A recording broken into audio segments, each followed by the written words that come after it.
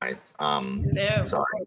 I'm late, but I usually try to be 5 minutes late as opposed to not, as opposed to this late. But I actually shared it in my Discord. I was like, it's starting in 4 minutes, but it's probably going to be 10 minutes late because Alan. So yeah, I always try it to be like 5 minutes late, but this was too late because I should have not loaded it up until I was done making those icons because then I got distracted, which is what I knew I was going to do. Anyway, so guys, Jake is supposed to be joining us, but he's not here. So he's the MIA Canadian. Correct. I will be ranking his things for him. I'm going to have smaller input, but I am excited that we will decide what Jake values and what he does not. Really, I should get Jimmy on here and be like, Jimmy, you're gonna rank these guys. I mean, I'm game with that. If Jimmy wants to jump in and say something, knowing nothing about them, you will rank them. Anyway, so y'all are gonna have to hang on while I troubleshoot this. I troubleshoot the crap, the website or whatever. How do I delete this? I want to delete this. Hold on. Oh, bollocks. Dadgummit. Okay, I'm gonna delete all these. In the meantime, while he troubleshoots, there we go. You distract them. Look, Mary Beard, Emperor of Rome. If anyone has read it, please let me know if you like it. I love Mary Beard, so I am very excited to read it. Plus, the pages here are very pretty mosaics, so you can't go wrong with that. But Mary Beard, the best. Love her so much. I have a bunch of, like, that's how I got distracted. I was end up talking about that. I have a bunch of Mary Beard books, but I've not read any of them because I haven't been reading a bunch of Roman stuff recently.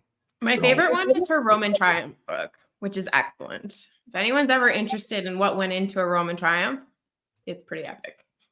I've exceeded the max upload file size limit. Well, that's great, isn't it? All right, well then I'm not loading Jake's in here.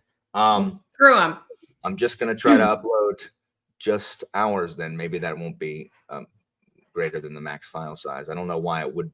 I don't know why this stupid piece of trash website. What website are you using? Tiermaker.com. Oh yeah. Website everyone does to do tiers. I'm just gonna upload ours, and Jake is just gonna have to not have one, as he is not here. I guess Jake knew it would just be too much. No, I think he definitely forgot. He definitely forgot. He's busy reading GDK in a corner somewhere.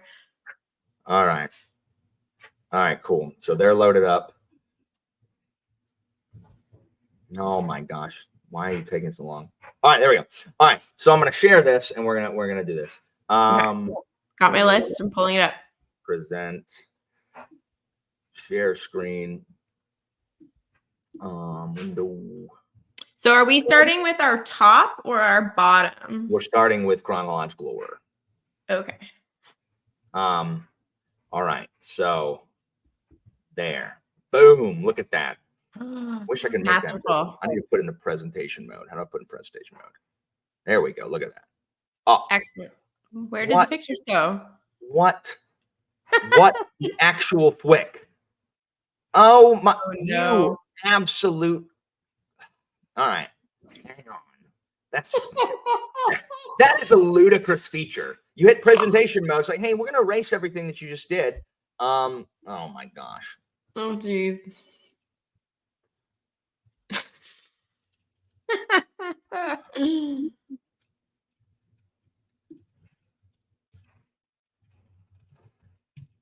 I'm shocked you are as calm as you are right now, Alan. I'm shocked. It's ridiculous. It's ridiculous. I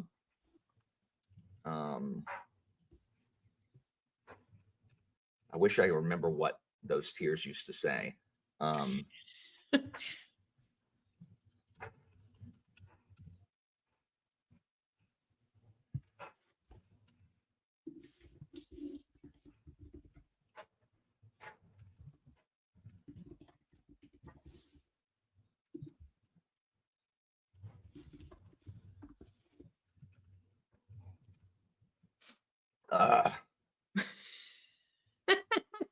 Sorry, everybody.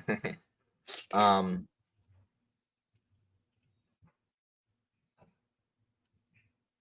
it.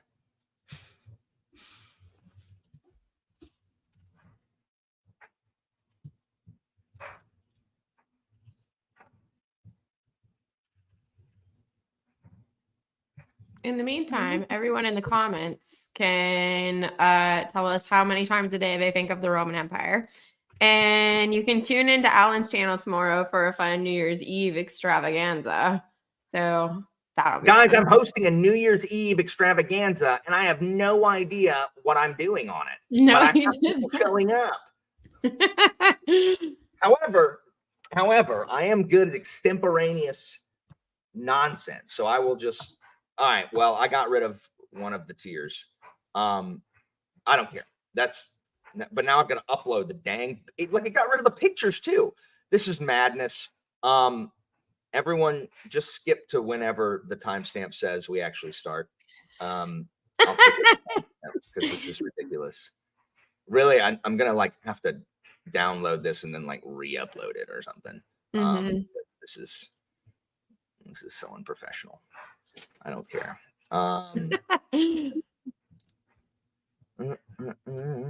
All right. I think we've learned we don't do presentation mode. That's the stupidest thing I've ever seen. Yeah, why would that not? Why would it do that? All right, whatever. It's populating.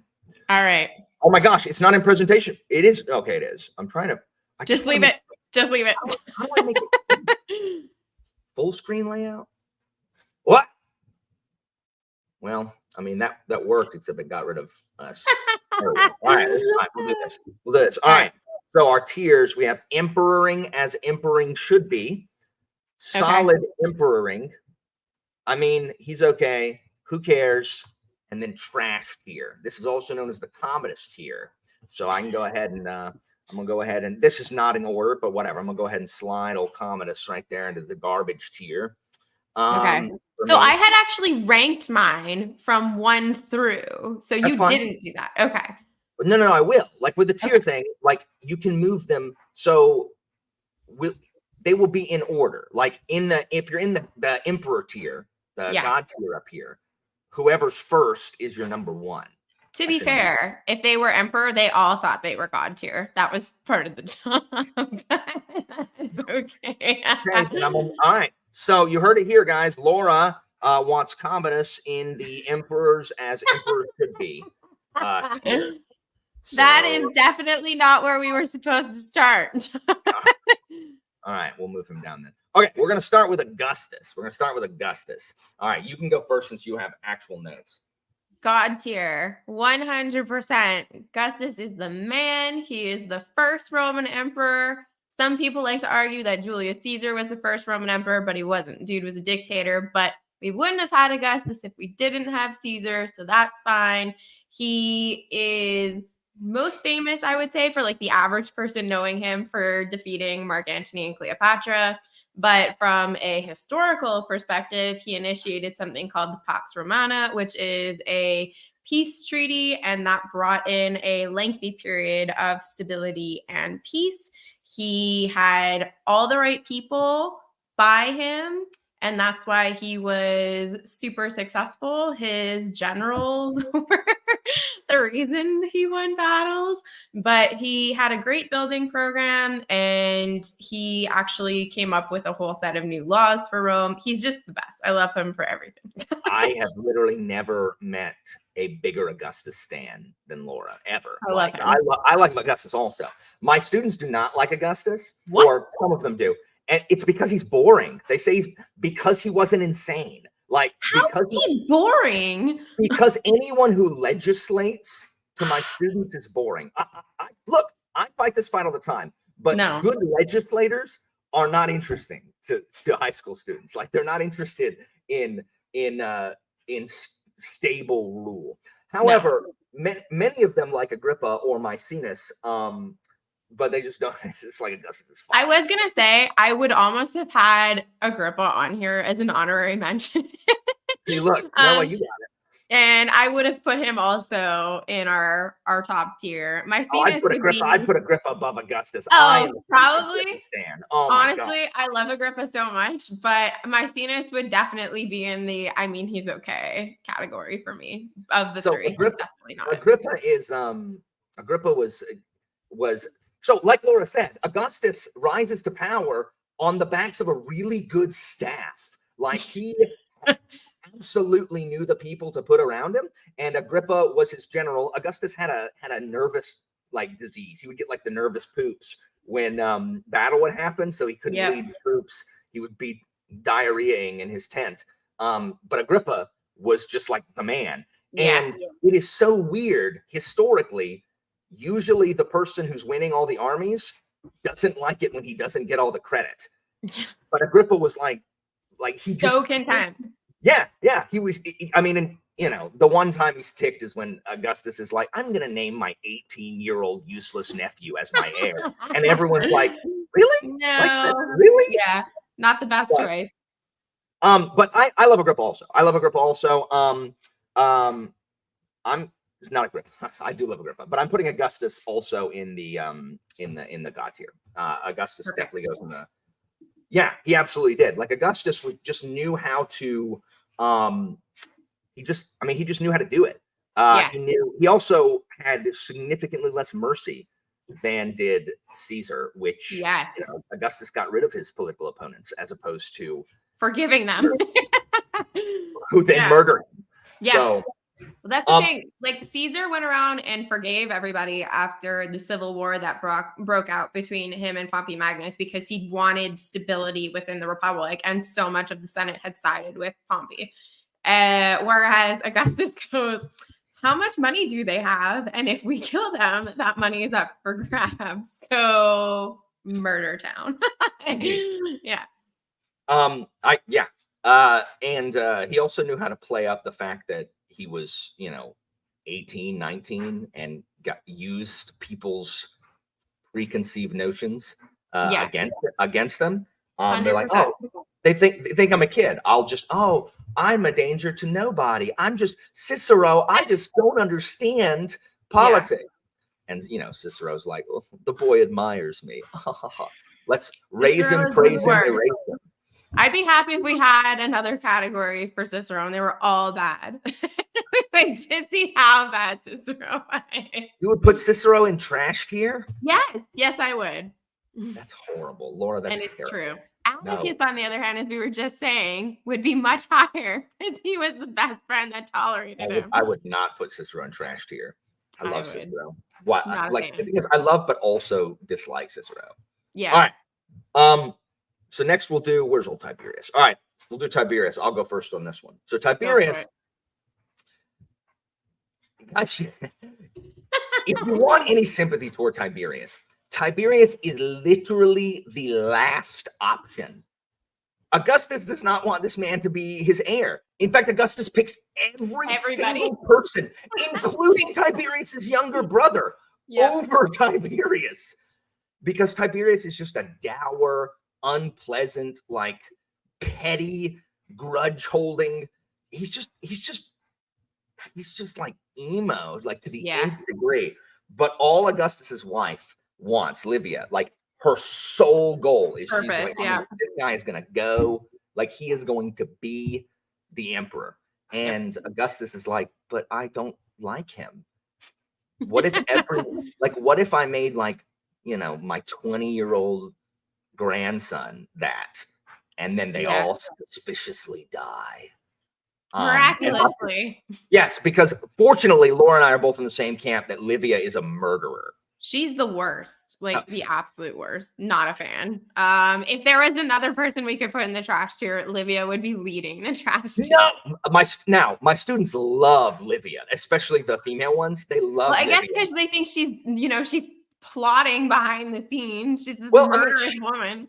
She also like holds crap together until like everyone behaves until Livia dies, and then it kind of everyone's afraid of Livia. She'll murder you. She's been murdering everybody, so why wouldn't they be afraid of her? So I don't like Tiberius because Tiberius implants this idea in the Senate that we don't really need an emperor, and that causes problems later because Tiberius is just like he calls the Senate men fit to be slaves because they're like, what should we do? And he's like, guys, just leave me alone. Like, just do it. Like, just freaking rule. Like, quit asking me so many questions.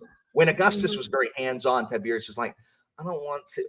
Look, I'm not gonna put Tiberius in trash tier, but I am gonna put him in who cares. I do not think he's a good emperor. The only thing Tiberius does well is saves a bunch of money because he's cheap, which Caligula immediately blows. But Tiberius is gross. Tiberius's minnows is not something that you should Google.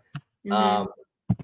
But yeah, he's just a grouchy old man who is sad that Augustus makes him divorce the wife he actually likes and marry his daughter who hates him. And if you've read the Augustus book, you know all Which about you should, Tiberius. 'cause it's amazing. Yes, So, all about Tiberius and Julia. in terms of my ranking, I had him at 11 out of 17, 18, 18. And there's a few reasons. I feel like if there was a middle between I mean he's okay and who cares, that's more so where I would put him, because I feel like first and foremost, anybody that follows Augustus is going to be at a deficit Not because Agrippa. Not yeah, Agrippa. I mean, Agrippa was the exception, but no one else was Agrippa. So I feel like all of our other choices were going to be starting from a significant deficit. But he also just handled everything so poorly. Whereas the Roman standard previously had been all religions are welcome in Rome for the most part, kind of except Christianity at that point. They were like, well, if you conform, then it's fine. But he then abolished the rights to worship all of these foreign religions and had all these people murdered and kicked out of Rome and all kinds of stuff. So I'd probably put him in who cares, actually, because of that. The treason trials also after he let Sejanus run rampant. Yeah, he's not great. Or sorry, according to according to Fourth Wing or whatever, Sejanus. I haven't read that. So well, not Fourth Wing. It's Ballad of Songbirds and Snakes. I haven't read that either. The movie, they call him Sejanus. It's I Sejanus. wouldn't know, but it's everyone knows it's Sejanus except the freaking movie makers. I'm putting him in who cares because the problem is like Tiberius is a crappy emperor, but I don't hate Tiberius the way I hate several others of these emperors. Agreed. So exactly. So stay there. All right. You go first in this next one, which is our boy Caligula. Where is he? What did I do with him? Here he is. Caligula. Caligula is going to be in our trash chair. There you go. Caligula was initially, the name Caligula means little boots, and that was because his father was in the military, and when he was little and even more useless, he was brought to campsites basically, and the soldiers thought it was so funny that he wore these little military boots, so they started calling him that. He's a lunatic who should not have been allowed anywhere near a position of authority. He started his reign relatively stable and 7 months. 7 months.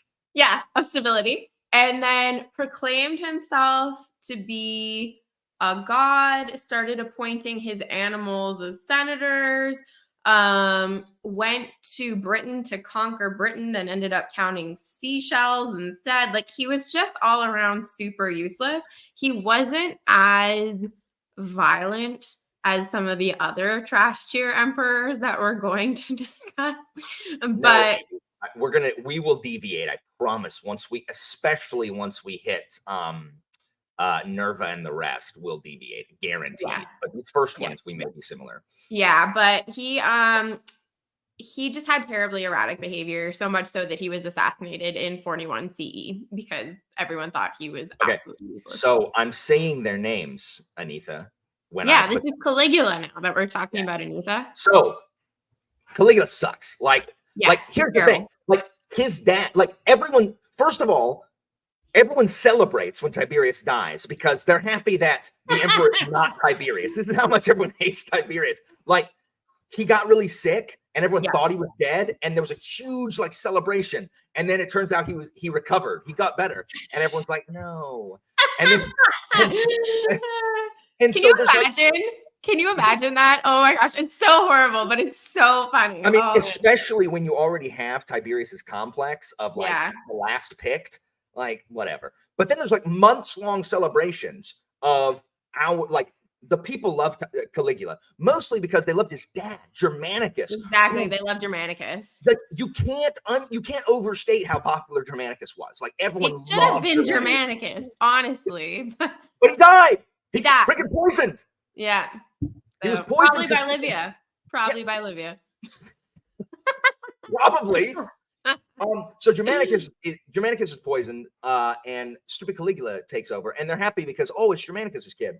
But he's insane, and he got really sick, and we think that like his illness like made him super paranoid, or that he was poisoned, or that he had lead poisoning. I think the modern thought is that he had lead poisoning, which, as we know, like long-term exposure to lead can lead to the brain doing some pretty erroneous things. So, I mean, it's kind of hard when you look at it from a modern lens and distance, right? Where you look at it and you go, oh, in some ways he's almost a victim because he wasn't in control of his senses, but he's also terrible and sucks. So you're like, trashed here. So Caligula hates the fact that his dad everyone loves his dad. Everyone loves Agrippa. Everyone loves Augustus. So he hates that. Like he has the biggest inferiority complex because of all these, like all of his ancestors are like these uber heroes. And so he makes up that Augustus was incesting with his daughter. Yeah. Which is like, how dare you? How dare you go? It was a big no-no, guys. For the Romans, big no-no. How dare you go after Augustus? Yeah. And so he tries to be the big dog and conquer Britain, but he has no plan. And he realizes when he gets to the freaking channel, he's like, I have no plan. And so it's, he says he declares war on Poseidon. And I want you to imagine that you are the seasoned veterans of the Roman military. And the emperor has just said, attack Poseidon. And they're like, what? Who is a god, in case you're not aware of who Poseidon is? Neptune or whatever. Yeah. And he tells you to charge the ocean. And attack it. I want you to imagine that you are like a 50-year veteran and you're just like, what? And you have to go, rah, and then you collect seashells as booty. Like, what? It's hard to go wrong with that. An insane person. In addition, Caligula slept with all three of his sisters. Oh, yeah. Turned the palace into a brothel and pimped out his sisters, too. Yep. Exiled all of them, except for the one that dies. Yeah. And he's an insane person. He's an insane person. He's absolutely insane. He apparently looked like a goat, and so you could not mention goats in his presence. There's a horrific story that I will absolutely get demonetized for, so I will absolutely not discuss it on a live stream. But it's an absolutely horrific story about Caligula and that. But yeah, and you know why he's murdered, guys? Aside from being a horrible person, one of the Praetorians, Cassius Chaerea, Caligula basically calls him gay all the time. It's like, oh, gay. And Chaerea finally gets tired of this and arranges an assassination. He's tired of Caligula being like, oh, what's up, gay? Also, important to note, though, that is the first time the Praetorian Guard kind of starts these assassination attempts, because that's going to be a thing going forward. The emperor has to have the Praetorian Guard in their corner. Otherwise, they will die. There is no question about it. The number one cause of death for Roman emperors is murder by Praetorian. Yep. Murder by his body. It starts with Caligula. He's the beginning. He's a trendsetter in some way, shape, or form. So Caligula, the problem is, Caligula's the worst, but I don't hate Caligula the way he's going to have to be top of trash tier. Yeah. Because there's so many people that I agree that he's top of trash tier, so that's fine. All right. Claudius. Guys, I love Claudius. What you need to understand about Claudius is this is Caligula's uncle. This is Germanicus's younger brother. And his family treated him so monstrously. Livia called him a monster. We don't know what was wrong with him. It could have been Tourette's or cerebral palsy or some other kind of thing, but he drooled, he stuttered, he walked with a limp. He would, when he got excited, it got even worse. he had like a droopy eye or whatever. He was an infirm. And so the royal family did not want him entering into politics. No. So he's like, all right, well, I'm going to write. And so he wrote a book about the Civil Wars, and apparently was too critical of Augustus. And so they made him get rid of it and stop it. And How dare he? Yeah, exactly. And so they banished him from public life. And so meanwhile, his uncle, Tiberius, is emperor. And he's like, hey, Tiberius, can I be like a consul? And Tiberius is like, no. But he lets him dress up as a consul. He's like, you can wear the things that consuls wear. See the things. Correct. Yeah. And so then his nephew Caligula becomes emperor, and Caligula like elevates him to consul, but mocks him and makes fun of him in public and plays practical jokes on him. Claudius literally lost a ton of weight from the stress of being bullied by Caligula. It Who is is so like horrible. 22. It's so ridiculous. and Claudius, his first he was engaged to his first engagement, fiance. Livia and Augustus break it up because that family fell out of political. That's kind of, their thing. Olivia and Augustus like to break up happy marriages. Part of their thing. Exactly. His second fiance died the night before the wedding. His first wife, Plautia, look this name, Plautia Ergolanilla. Plautia Ergolanilla. Say that 5 times fast. If anyone can, kudos to you. Because it's not gonna happen. She was sleeping with one of his freedmen, and their son chokes on a pear because he's throwing it up in the air and catches it in his mouth and chokes on it and dies. So his second wife is emotionally abusive to him, and so he divorces her. His third wife is a contest with a prostitute on who can sleep with the most people in one day. And she wins. And then his fourth wife is the mother of Nero and also his niece. And the Romans are like, hey, Claudius, that's But gross. He's not the father of Nero. Let's he's not the father of Nero. That. He is not Nero. He makes Nero his heir. So the problem is that Claudius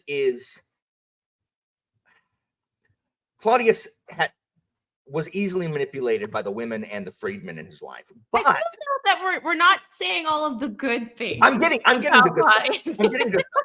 Claudius was an ample administrator. He dealt with a crisis in Judea. He actually conquers Britain and puts the people in place. Doesn't just collect shells. Correct. Definitely conquers the people. Correct. Yeah. He conquers Britain. He is an able adjudicator. Like, he really, really liked the law courts. He was known, like, he had a temper, but he always apologized publicly. He passed a law saying it was good to fart in public, like it was good for your health. So Claudius was like he wasn't disliked. He rules for 15, 17 years or something like that. Yeah. So he got until he's poisoned by Agrippina. So Claudius does a decent job. I really like Claudius. I can't put him up there with Augustus, but I am definitely putting Claudius as solid emperor. Maybe he should be here? I have him in my. I feel like he's in. No, I gotta put just at the end of the top tier, basically. Yeah, I really like Claudius. There's one more. I have one that is between Augustus and I Claudius, have two. or maybe in front so I have two. So that's interesting. But we're also forgetting. No, I have two up there. I have two up there also. Claudius 1000% did not want to be emperor. And when Caligula was assassinated, they found him hiding in a cupboard because he did not want to be named emperor. And of all the places he chose to hide or flee to, it was a cupboard. I love Claudius. I think it's should. There's a painting that has him hiding behind like a curtain, and literally his feet are sticking out. It's great. His feet are sticking out under the curtain. Yep. Also, if you look up Claudius and you see statuary for Claudius looked nothing like that. Statuary was very kind to how Claudius apparently looked. It's kind of how Peter Dinklage played Tyrion based on how Tyrion is described in the books. Peter Dinklage is very good looking, and Tyrion was not good looking. So that would be the best equivalent I could give. Where are you putting him? Oh, the same as you. Oh, nice. Yeah. In front of Augustus or behind Augustus? No one goes in front of Augustus. Absolutely no one. You fix that right now. There we go. I am. There we go. All right. Who's next? Oh, freaking Nero. Okay, so Nero was my 18 out of 18, the worst. That's a bad take. That is a bad take. It is not a bad take. You cannot put Nero below Commodus. You can't. That is my 17 and 18. They are both terrible. But see, Nero uses people as human lampposts. The dude is friggin' insane. So whereas Caligula, we think possibly looking back on it, had lead exposure, or there might have been some form of illness that dictated why he was insane, Nero is just vicious and cruel. That's his nature as a person. Like, no one has looked back on Nero and thought, there's probably a medical explanation. They're like, no, dude is just the worst. And he comes into a good situation based on the fact that Claudius has had a period of stability. He's expanded the empire. But what Nero decides to do is he starts a fire that burns down a good chunk of Rome in 64 CE. We don't know that. I mean, that's what I think. I agree. That's 100% what happened. 100%. We don't know that. He goes on. He wants to build something, and he can't build it there. The Senate's like, you can't tear burn that it down, and then I can build it. So he ends up burning. The fire just happened. Yeah, mysteriously, and it burns a massive chunk of the city, and so many people die. And then he goes on this persecution of Christians, where it's not just enough to kind of kill Christians, that he is bringing them into his palace complex and setting them on fire so that they are human lampposts. This guy was an absolute monster.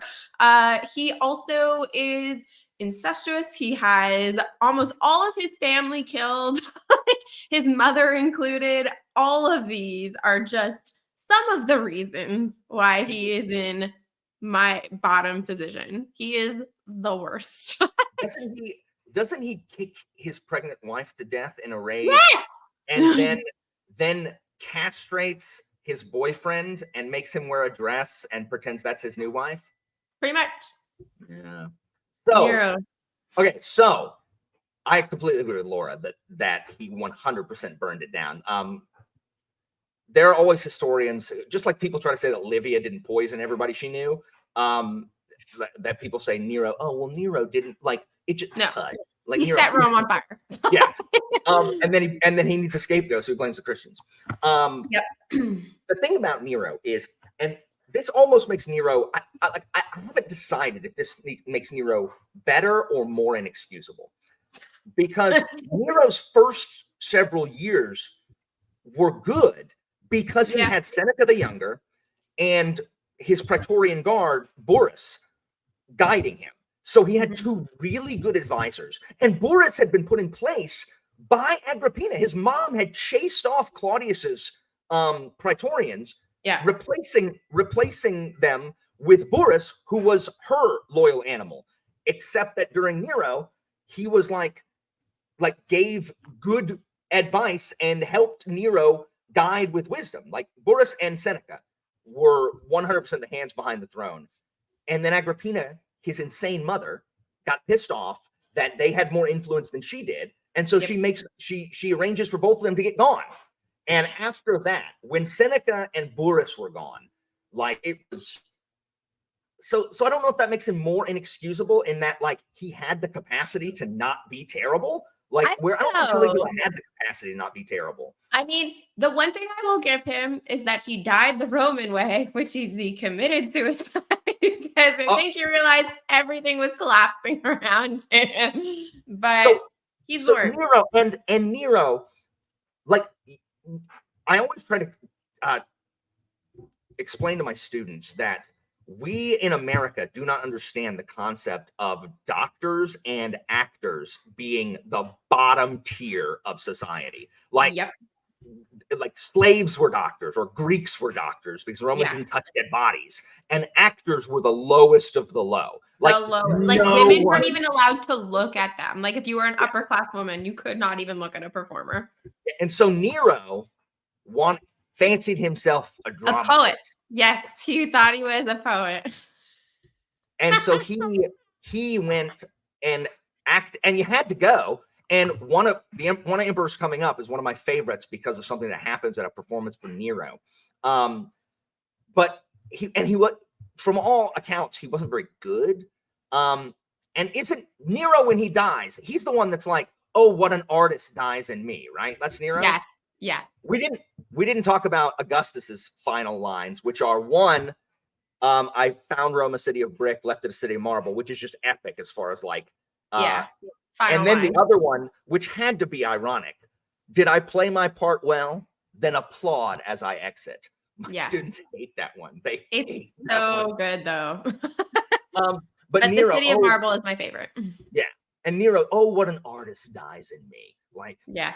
No, he's a total tool. He is the worst. Do not like Nero. Trash tier forever. I can't think. What did Nero do administratively? Nothing. The answer is nothing. This man did nothing. He did arrange like for Agrippina to get assassinated. He did do that, and then he put on a lot of performances and set people on fire. That's pretty much the reign of Nero. He's trash. In no way is he more trash than Commodus. Yes, he is. But he is. That's false. More trash. No, here's the difference. He didn't break the empire. Commodus broke the whole thing. The whole thing sucked because of Commodus. Well, to be fair, Nero breaks the Julio-Claudian line. So. I mean, that you're right. That alone means he deserves the trash tier. Exactly. But he is below Caligula and above Commodus. So just so everyone knows, the Julio-Claudian line is the line that starts technically with Augustus, but some people qualify Caesar in that too, and goes through Nero. So that's the end. I mean, if we want to say that he stopped the uprisings in Britannia, fine, whatever. Does that eradicate or like eliminate any of his erratic behavior? No. He probably put on a performance about it and then made everyone come to listen while people were burning to death next to them, because that was how Nero did things. He was trash. Honestly, just terrible. So we're gonna do all of the 69 AD. So after Nero dies, a bunch of legions declare various generals that in various different places, like Vitellius as the new emperor. But there technically was like a legitimate successor, and then it's 3 others that get like proclaimed as the new emperor. So it's called the Year of the 4 Emperors in 69 CE. So it's all these wars that then start breaking out because no one is happy with how administratively things are going. The Praetorian Guard isn't happy, and we've mentioned the Praetorian Guard now because they're going to be heavily influencing things going forward.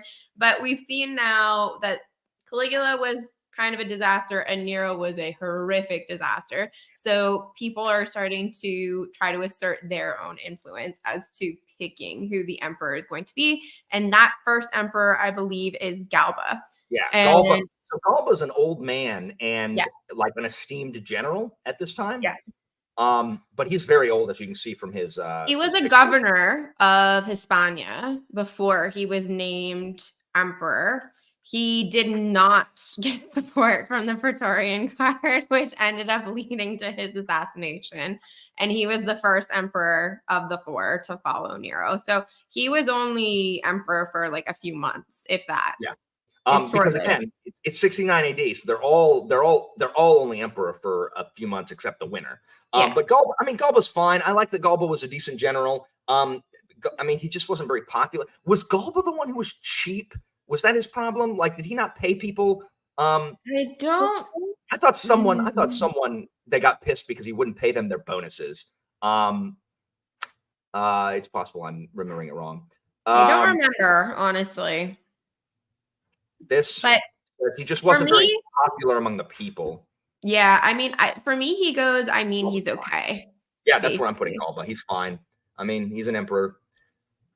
I mean, maybe these are going to be the same. No, I'm convinced that once we hit Nerva, things are going to change. So Galba's I fine. know how you feel about a couple of those people. So. Galba's fine. Galba's fine. Where's your Galba? Or rather, where's my Galba? Where's my old man? There he is. Galba's fine. So then our next one, I believe, is Otho. Correct. Yeah. So Otho was also a governor. He was governor of Lusitania, and he is then defeated by the third emperor, which is a man named Vitellius.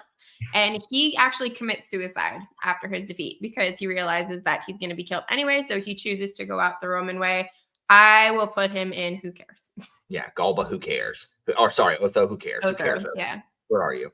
Where is your Otho? He is between Hadrian and Nerva, I want to say. Is your who cares above or below Tiberius? Below Tiberius. So you care about him less than Tiberius? Correct. Yeah. I'm putting him above Tiberius because I actively dislike Tiberius, but I don't like him either. But Vitellius, guys, is in Germania, and Vitellius. Here's what you gotta understand, guys. Vitellius hosted like 3 feasts a day, and then would go over to other people's houses and eat and participate in their feasts. He was. When we're playing Curtamen, which is Latin Quiz Bowl, I say, guys, if you hear the word corpulent, just buzz in. It's Vitellius. Yeah, it's Vitellius. Every time, it's freaking Vitellius. So Vitellius is Mr. Gourmand here, and he is. Vespasian marches on Rome, and Vitellius sees the writing on the wall. We jumped ahead a little bit because even though we need to mention Vespasian, so Vespasian enters the scene. So somewhat simultaneously as all of these other people are, because once Galba is dead, it's like these 3 other emperors basically pop up at the same time. So Vespasian is proclaimed by his troops, basically. And he then realizes that Vitellius is basically his number one problem, I feel like. So they're kind of fighting their own thing between each other, and they fight each other at a battle that I have the name here. Bedricum, I want to say is what it is. Bedricum. And that's where Vespasian wins, and they capture him. They capture Vitellius and they execute him. So he is not allowed to kill himself the Roman way. Vespasian takes that right from him and says, nope, the end, and asserts himself. Vitellius tries to surrender, though, and they're like, no. No, because he realizes smartly, Vespasian, that enough people backed Vitellius that there was a following for him to be emperor. And he says, if there's going to be any kind of stability, it's like when Augustus kills Julius Caesar's son, Caesarion, there can only be one. So I think for Vitellius, it's also kind of a who cares situation.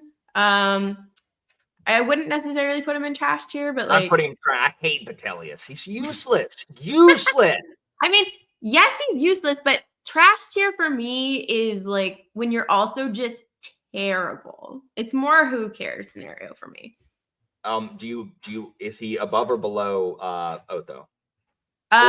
Below. So he's at the bottom of your who cares. He is at the bottom of who cares. All right. So guys, Vespasian, the winner of 69 AD and the founder of the Flavian dynasty. Love Vespasian.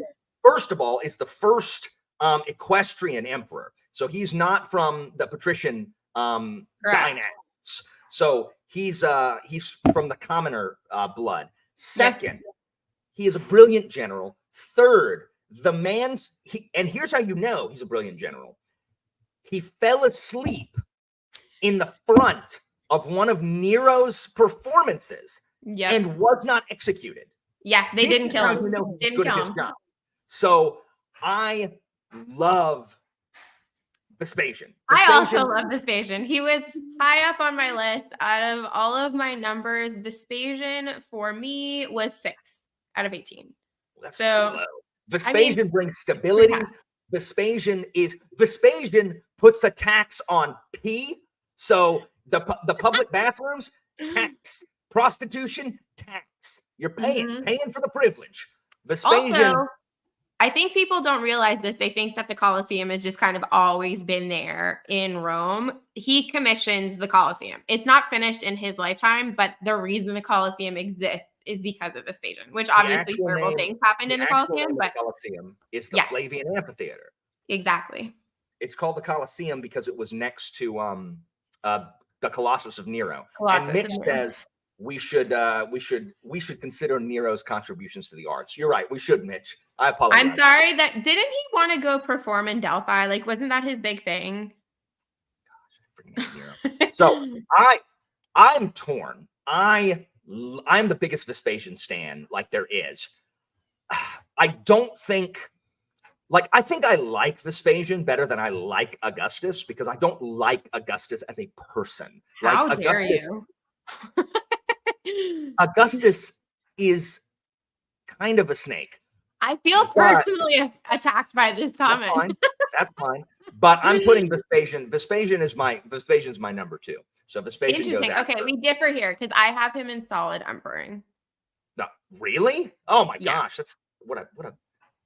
I know that you and I are like Claudius better than Vespasian. I do like Claudius better because you're classist. That's why. Exactly. That's why. Absolutely. I love those Julio Claudians, but no, I like Vespasian.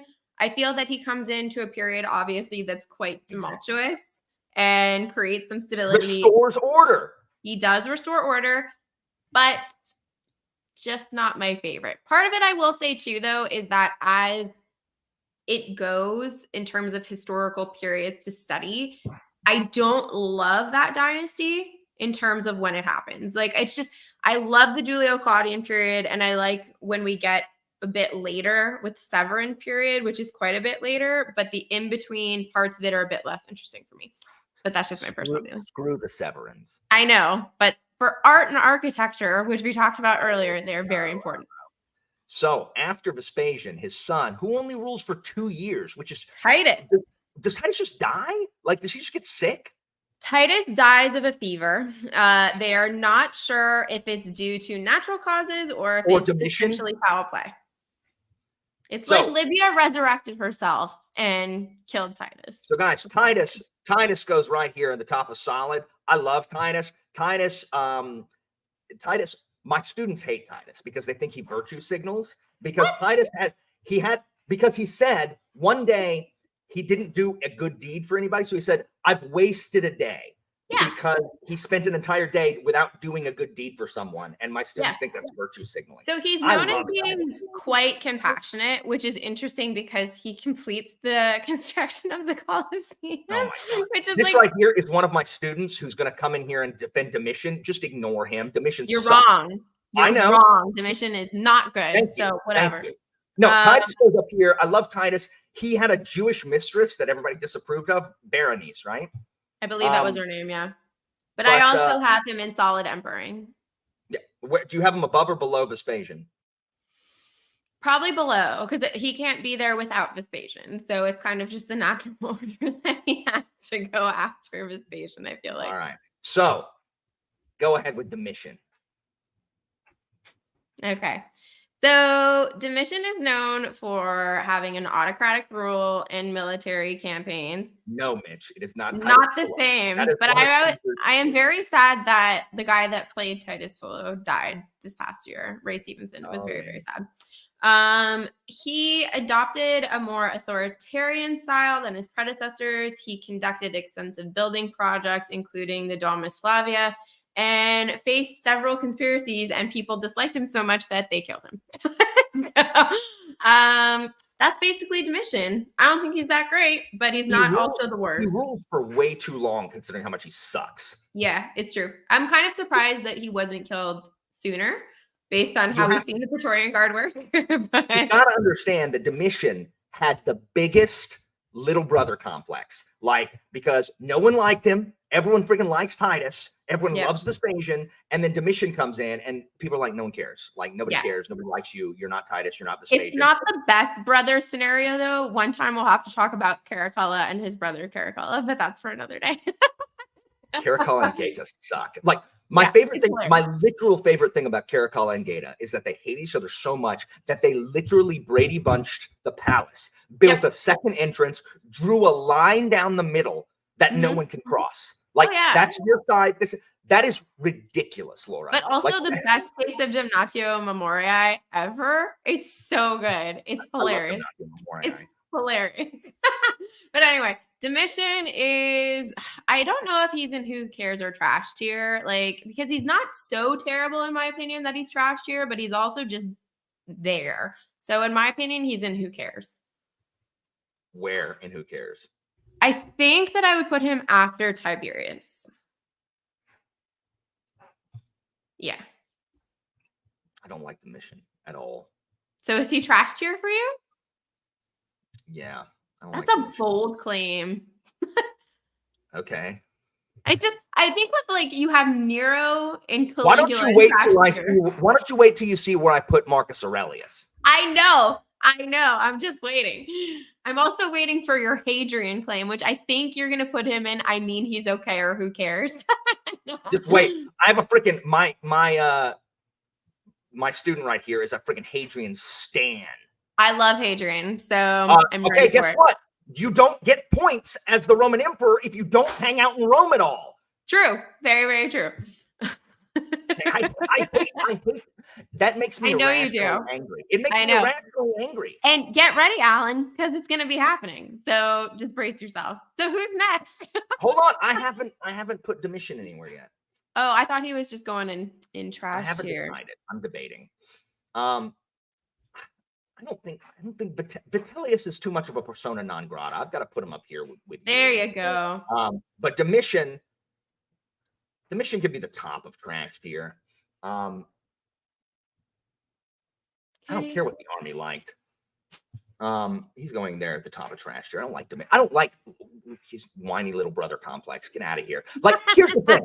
If Domitian had been an independent entity, it would be fine. But I personally have to rank Domitian in contrast with Vespasian and Titus. Yeah, so, well, that's how you have to look at him. And that's why I was saying in terms of where I put Titus, he can't be above Vespasian because they're compared to each other. All right, so I'm going to go first on this next one and have one of the most controversial takes ever. All right. Well, maybe I don't want to be too extreme. Let me grab Nerva. I'm putting Nerva, boom. Well, I'm putting him right behind Titus and solid emperor. I love Nerva. Nerva's great. Really credit. Nerva. So, guys, after this, Nerva, after Domitian, the Senate's like, okay, screw this. And they say, hey, Nerva, you do it. Nerva's like, no. And so Nerva, they elect Nerva, to do it. And Nerva is like, okay, well, I'm just going to pass laws and arrange for a succession that isn't stupid. So instead of having my relatives, because Nerva's an old man at this time, I'm just going to, what if I arranged it to where I picked a successor that wasn't a moron? And he makes it that you don't have to be related, basically. Yes, because that has caused all kinds of disasters. Yes. So no natural successor means that you just get to pick your successor. And like Alan said, he's older, so he doesn't reign for a long period of time. And he also implemented policies to alleviate financial burdens on poorer classes of people. Create stability. He's good. He is. Yeah. There is a period of time called the 5 good emperors of Rome, and that starts with Nerva. Nerva is the beginning. He gets no credit because he's super boring and does nothing but legislate. But I don't care. He's great. He was number 5 on my list. I love Nerva. He was Nerva number 5. above Vespasian? Yeah, I did. I really like Nerva. I approve of that take. Most people diss Nerva. No, I really like Nerva. So Nerva for me is also in solid emperor-ing, and he'd probably be my number 1 for that tier. So yeah, love Nerva. Trajan, guys, the original bowl cut, the most famous bowl cut. He is my 3. I love Trajan. I do too. Trajan is no drama, incredibly efficient at his job, spends time in Rome, but likes a lot. So his one downfall is that in terms of financial managing, Trajan isn't great at this, and his solution is just to go conquer more people. Too busy generaling. And the empire. Generaling, Laura. He is phenomenal. He's kind of like the later of the centuries Hold on, Agrippa, right? can you address this child, please? What? I like never. What? No. So disagree. But what Trajan does is he expands the Roman borders to their furthest that they ever go. That happens under Trajan. He is pro commerce. If you ever go to Rome, the Trajan marketplace is still there. You can walk through it. It's a massive complex that he built. He has other works that he builds, like Trajan's Column, which is this wonderful art propaganda in the middle of the city. Something that I don't know if people realize too is that you kind of set up your own spot in Rome as the emperor for your own forum. And Augustus had one. There was a little area for Caesar. But yeah, it's nice. But Trajan's is big. Like there was, it's still big. So that's actually really interesting because so much of the city in all ancient cities is reused as time goes on, but people left Trajan's because of the fact that he was pretty revered and respected. So he is our second good emperor. He has a successful reign, other than the fact that it does kind of put a financial strain on the empire in that there's just so much border, but he's second for me, I would say, right now. Where was Claudius? Claudius would be after Trajan for me. Rank for Claudius? Claudius was 4. Okay. Yeah. I refuse to acknowledge who you could have put in the third tier there. I also like Trajan, competent general. You need to move Augustus back to number 1 because he is the number 1 forever. I will move him. I'm putting Trajan in the top, but I like Trajan slightly less than I like Claudius's personality. I'm ranking them also on how much I like. Also, Trajan is our first non-Roman emperor. He's from Spain. Spanish. Yeah, he's from Spain. So he's a foreigner, and it's awesome. Defying expectations everywhere. And his haircut was the absolute worst. I 100% agree. Very The most recognizable bowl cut. It is. It absolutely is. Absolutely terrible. All right. So no. Hold on. I'm going to do this. I'm going to go first on this one. All right. Let me tell you something about the little Greek. So I love Greeks also. Hadrian, I can't. I cannot. I love him. I love him so much. I cannot abide. I cannot abide with Hadrian's travels around the empire. Why don't you stay in Rome and rule something? He built so many places that he barely visited, like Tivoli. That was the big one. Yes, we went to Hadrian's Villa. Is awesome. Isn't it amazing? It's so cool. The whole site of Tivoli is amazing. I did not get to explore it as much as I wanted because I had just started walking again. And if you go back, highly recommend Tivoli. Anyone that's watching, if you get to go to Rome, Tivoli is about a 20-minute drive outside of the city. And it was this entire town that he built up. And no one goes there. And it's just you get this massive site complex to yourself. And the buildings are massive. They're not small. And I loved it. It was one of my highlights of my trip to Rome. 10 out of 10 would do it again. Hadrian's Villa was awesome. But Hadrian himself, So here's some of the stuff that we need to mention. Are you putting him? Are you putting him literally above Trajan and behind Augustus? Is he number 2? That's ridiculous. He is number 2. So Trajan is 100% gay. 100%. And of course, as a man of that time, not Trajan, excuse me, Hadrian. Hadrian is, yes. He is married to this woman named Sabina, who doesn't really like him because she's realized that she's married a man that has zero interest in her. He ends up starting a relationship with this younger boy named Antinous, who he brings with him all around on his travels. And Antinous mysteriously drowns in the Nile, right? So we're not sure if Sabina pushed him, if he fell, if he threw himself in because he really didn't want to be in a relationship with Trajan. But not Trajan. I keep saying Trajan. It's Hadrian. Hadrian takes this horribly and ends up creating this cult to Antinous, which is hilarious. He builds an entire wing of this villa. He sets up all of these towns named for Antinous, and there is so much. of the statuary that remains outside of gods, it's like the most is of Antinous. There's a crazy amount of statuary that remains to Antinous. So yeah, I think Hadrian's hilarious. Why is he your number 2? You've not explained why you like I him. love his building program. He also realizes that the empire cannot function the way that it is because it's too large. So he is the first emperor that takes back some of the borders for Rome because he realizes that for it to properly function, it cannot keep expanding, and that Trajan pushed the boundaries further than they were able to handle. So I feel like he's a good administrator in that front. He was very much into the arts. And as we talked about with Nero, who thought himself to be a poet, Hadrian was more of a philosopher. He tries to implement that into his rule. He maintains stability all while decreasing. He's not super militaristic, but still maintains a period of peace. So I understand that Hadrian probably would not have been as successful had he not been the successor to Trajan. But I like what he does in the time period that he's emperor. You ready for this? He is in your trash tier. Who cares? Who cares? I Who anticipated cares? it. I anticipated it. Who cares, Adrian? Who cares? So, and Antoninus Pius next. Yes. Where did I put him? I feel like I had him at 7.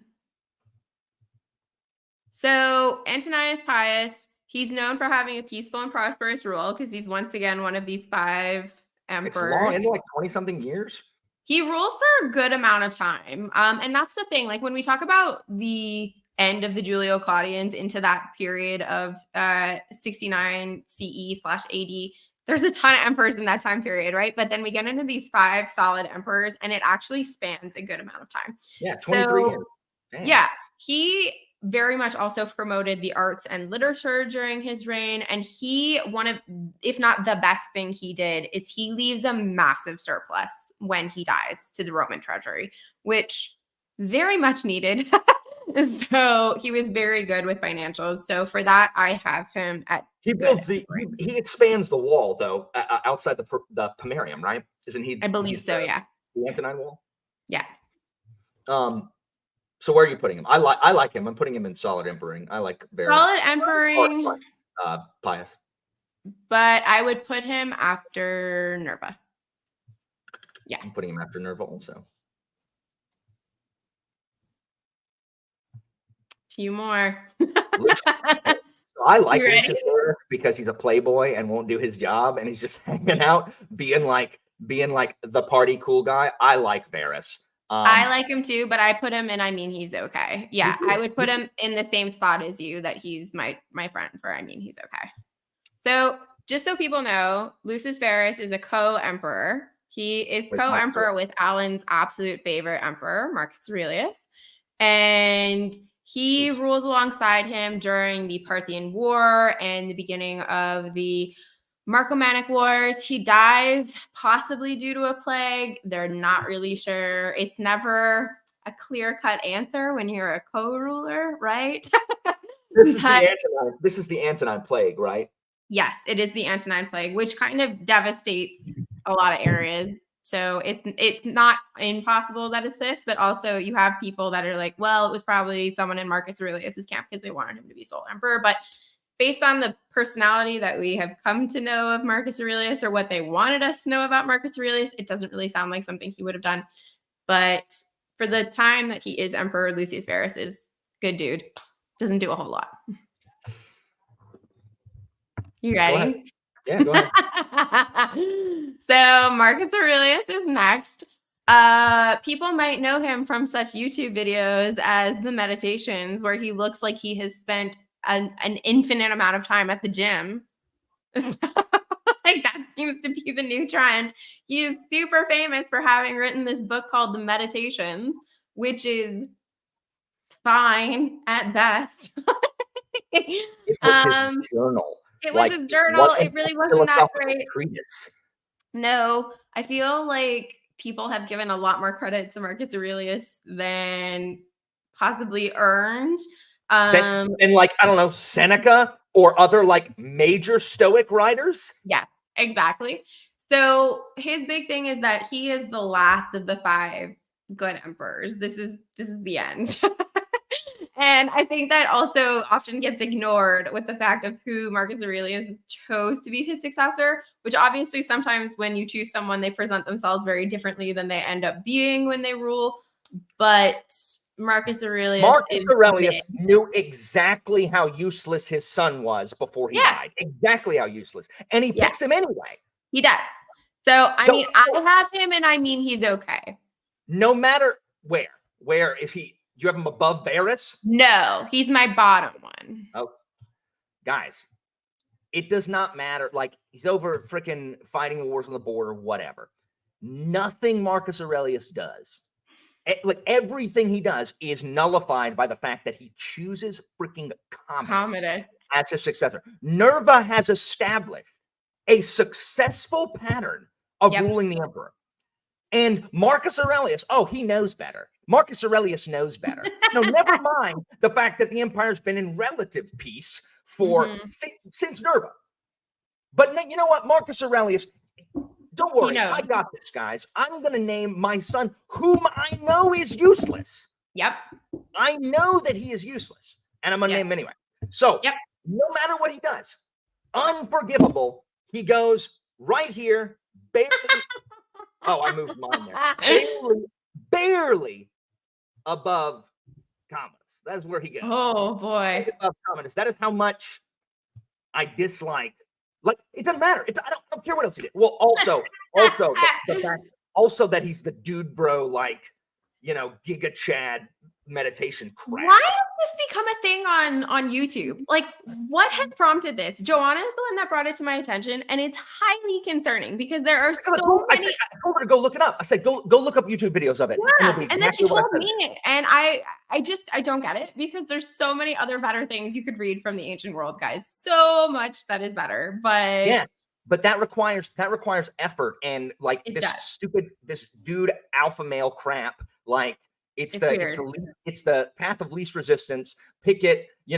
It's always like huge Giga Chad dudes with beards. Like don't try to sweet talk your mate. Carry her over your shoulder like a Viking crap nonsense. Yep. It's always. I was also saying to Joanna too, and I'm wondering if this is the case because when you look at ancient literature, the Meditations is pretty much as easy as it comes to digesting what it says because it's not complexly written because it's not intended to be complex. Because he's not a writer. He's not Seneca. This is my point.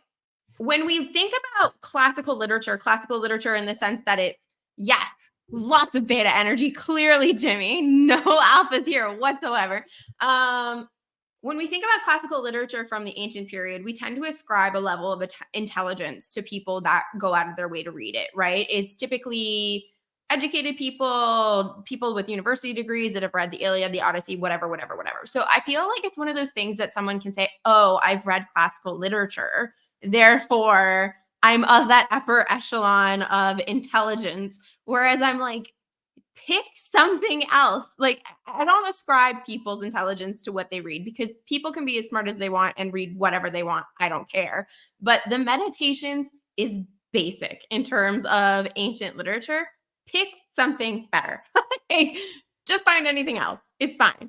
The fact that there are 66 people watching us rank these emperors is ridiculous. But I'm gonna have to re-upload this with the beginning part deleted. I think that adds to the charm, Alan. People will start watching it and then be like, what is this? So it's fine. So it seems like because you initially ranked Commodus that my Commodus is the last one to be ranked. Yeah. So right above Nero. He's useless. Commodus is so useless. Right above Nero. That's where he's got to go. You put him in front of your Nero. I did not mean to do that. Exactly. I did put him in front of my Nero. But if we want to, do we want to tell the good 66 people about Commodus in more detail? Okay. So Commodus was a rich playboy who had no desire to really be in charge of anything other than and his dad, he was a crappy warrior. So he goes and visits his dad on the frontier, and his dad's like, you suck. Like, you are a sucky soldier. And he's like, and so he makes him train. He gets his crap kicked out of him by the trainers. He's like, I don't want to. But then Marcus Aurelius gets really sick, and he's like, oh crap, I guess I need to take this seriously because I'm gonna be the chosen one, even though he sucks and shouldn't have been chosen. Like, he shouldn't have been chosen. Yep. And then he becomes emperor, and he's useless. He ends the Pax Romana, which, if people have been hanging around since our beginning of this stream, we talked about the Pax Romana briefly with Augustus, who implements that period of peace. And if you are able to zoom in on your screen somehow, or are watching this on a TV, that you can see the image of Commodus, he is draped in Herculean guise because he proclaimed himself to be Hercules. So one of Hercules' labors is slaying the lion. Obviously, he has the lion skin that he then wears and has his club. That is basically how Commodus presents himself, as Herculean, which is hilarious. He's terrible. The problem with Commodus is that Commodus doesn't like that, so the Senate has this weird relationship with the emperor or whatever. Like, they have varying amounts of power depending on which emperor we have. And Commodus doesn't like that, the Senate undermines him or is ruling in his place, because he doesn't know how to do it. Like, he's not a good ruler. And so the Senate's doing stuff, and people like his freedmen, like Commodus's freedmen, are like, ooh, you shouldn't let the Senate do that. And he's like, I shouldn't let the Senate do that. And he gets betrayed, and then he gets paranoid and all this stuff. And then there's assassination attempts, and then he gets paranoid. And then he realizes that he can get the people on his side by just throwing extraordinary gladiator games. And he hires this, Uber trainer, or this gladiator, to be his Giga Chad trainer. So he can train to fight in the arena. To be a gladiator. Yeah. And it's like, oh, look at how good I am. No one's killing you because you're the emperor, you moron. It's basically the Middle Ages equivalent of the king jousting, whereas no one was going to properly joust against the king. It's absolutely ridiculous. But yes, I mean, people are probably most familiar with Commodus of Joaquin Phoenix and Gladiator, which I hate that movie so much, but I also hate it. Yeah, it's terrible, but it's not terrible in its depiction of Commodus being a total D-bag, because that is pretty accurate and spot on. But yeah, it's also really interesting too when I can't remember the exact name of these texts. There's a Latin group of texts that were written by the early church that came out in the 400s or so, and they did retrospectives on all of the emperors, and all of the emperors that had a public negative perception, which Commodus is definitely one of them. The church ascribed them as being members of the cult of Isis, which was really interesting, because they were like, oh, well, Isis was this foreign goddess, and therefore she wasn't really Roman, and these guys were all tainted and terrible because of it. And they have this lengthy thing about Commodus in there and all of the terrible stuff that Commodus did. And it's actually our primary source for what we know about Commodus. It comes from those texts. So even though we look at him now, and even in our discussion, we're saying, yeah, he sucks and he's terrible, our primary source material on him is a little bit skewed. So that's like the people who say that all the emperors weren't bad because Suetonius was a gossip hound, or which he was, but it's fine. I agree. Suetonius had access to more. He had access to more of the sources than any of these people. That so many people did. I mean, you have primary sources like Josephus, who were actually in the Roman courts. Josephus is my favorite. That you're able to actually get a firsthand account. So many primary sources, like this one that I'm referencing, I really need to find the name of it again. I can't remember what it is, happen to be written 400 years after the person lived that they're talking about. It's not reliable. That's another reason I like Titus, is Titus elevated Josephus. Yeah, 100%. They were actually really close, which was so interesting, because during that time period, there had been all the struggles in Judea, and Josephus is a Jew. Josephus fought for the Jews.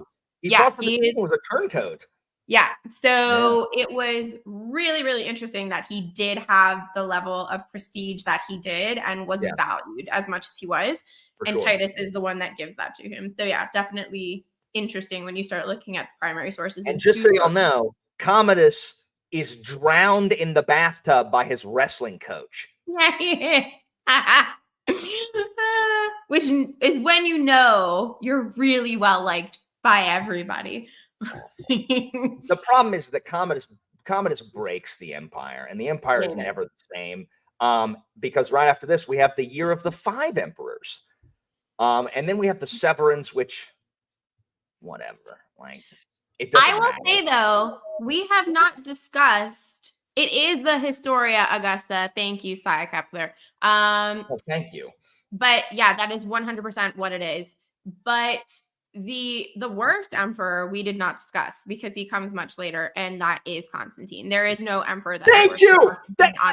I hope my student is watching right here, because the amount of times that I have to say hush, Constantine sucks. He's the worst. The worst. I hate him so much. I hope you're listening right now. This is two historians telling you that Constantine sucks. He's terrible. I agree. Every time we saw one of his statues in Rome, my husband has a photo of me with a thumbs down next to it because I actively hate him so much. He is the worst. There's one outside. I forget what's outside one of the things, and I ran over. I'm like, dang, it's Claudius. I did not see from far away. It was not Claudius. It was like Constantine, and I was as soon as I got there, I was so upset that I thought we could do a secondary follow-up to this as to just a whole stream as to why Constantine sucks, because there is so much to say about why he is the absolute worst. I hate Constantine. Well, we'll save that for later. So, guys, thank you guys for watching this. Yes, thank you. For Jake's would basically be reverse. Jake would have Commodus as top tier. Nero maybe number 1 spot. Augustus would be in the trash tier. And you know what? These actually don't differ as much as I thought they were going to. They're pretty much where I thought they were going to be. The biggest difference is Hadrian. Which I knew going in. I knew going in because you don't love, and I knew that you didn't love Hadrian. But I'm looking at yours here. I did think that Trajan would be higher for you. I thought he might be second for you. No, I like Vespasian too much. That's the one that threw me. I didn't expect that one, but it's good. I still approve of that choice. I just love the stones of being so good at your job that you're like, you know what, this place sucks. Mm-hmm. And like, I love it. And I also like that he's equestrian. Yeah, he is. But good. So anyway, those of you who are watching or are watching the re-upload or whatever, put in the comments. Rank your emperors. Yeah, rank your emperors. There's 17 of them. 18. Sure, there are 18. If you're counting Lucius Verus, there's 18. Oh, okay, well, there's 18. So Commodus is not top. You need the Commodus sucks. Evie said something about wanting to read like Vespasian fiction, and there isn't a lot. There's like a series of him coming up as a soldier, and I've heard it's not very good. I have not even heard of that, honestly. I have heard the one that gets the most fiction is Cleopatra, always. And then by extension, you get mentions of Mark Antony and Augustus, because that's basically what it is. History books too. I can look at what I have, Evie, and see, but typically he's usually just part of it. He's not the focus of it. Yeah, reading Suetonius or Tacitus for history books. I like Tacitus a lot as well. He's one of my favorites. I love Tacitus is so dour. I love Suetonius. I know he is, and that's why I really enjoy him. I love Tacitus because he hates Domitian. Like he does. And he's grumpy. When you read him, you're like, he hated this, and yet he's writing about it. So equestrian is so we have the patricians, who are the nobles, and the plebs, who are the commoners. The equestrians are the wealthy plebs. They are not nobles, but they are wealthy, and they're called this because an eques or an equites, the equites plural, are the cavalry. They're the horsemen, because it comes from equus, meaning horse. So yes, they are equestrian rank, meaning they could afford a horse. They're the knights, basically. It's just the class below, basically. They're still they're aristocracy, but they're not aristocracy, basically. They're aristocracy, but they're not like of noble blood. They're not the exactly. Yeah. Yes, Eastern Roman empires. I hate the Eastern Empire. I just hate it. I I hate these it Roman too. Justinian is the worst of that group, but that's for another day. Yes, man, my student is definitely not listening because he would have already like hit like, Just you like know, thumbs yeah, he would down. already hit like all caps and stuff. So I agree. Yes, sorry, You there's you not have much good to it. opinions on most of these. I have to say, likewise, Alan. All right. Well, we're gonna go. Thank you guys for watching. Stay tuned for more Roman Empire related content. It's good to know I can like be like, hey Laura, let's go talk about Rome. Absolutely. All right. See you guys. Enjoy the rest of your Watch Alan's live stream tomorrow for New Year's. Yeah, there you go. Boom.